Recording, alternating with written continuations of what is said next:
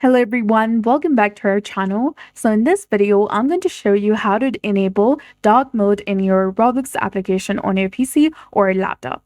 So first go ahead and launch your web browser. Then after go to roblox.com and log into your specific account.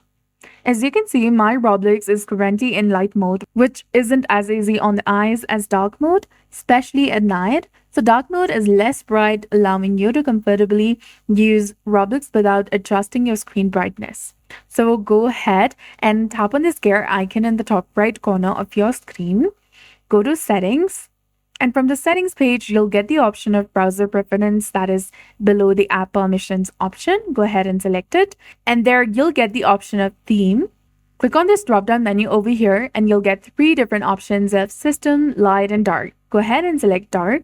And alternatively, if your system is in dark mode, you can also select system.